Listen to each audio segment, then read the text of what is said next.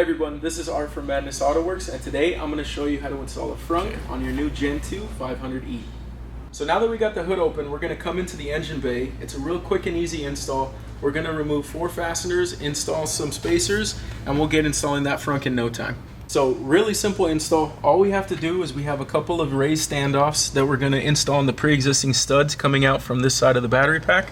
And then we're also going to loosen and remove these 2 bolts here. I've already loosened them, as you can see, so when we come back I'm going to have these out and we'll have the standoff installed.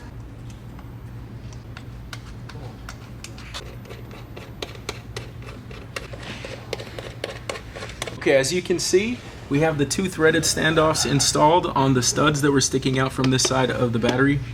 And we're going to also install a 2 of these ball mounts into the bolt holes that we removed on these connectors on the battery pack. I'll do that now.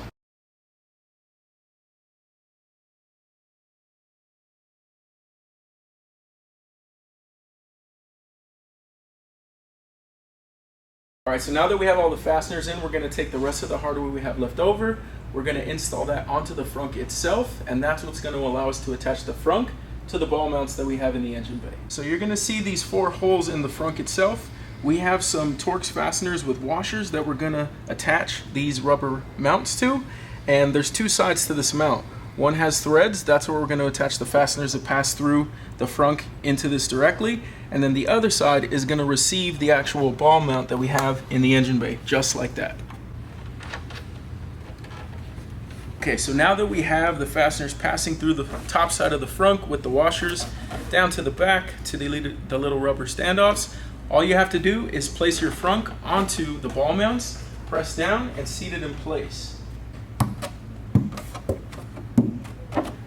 Just like that.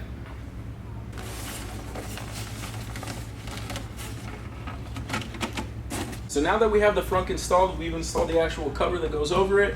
It's going to be nice and weatherproof because the hood's going to cover everything and be nice when it's closed. So whether you need just a little extra storage room, you want to keep your charging cable in here, or you just want to cover up that ugly brick underneath, this is a nice little accessory for the 500e Gen2.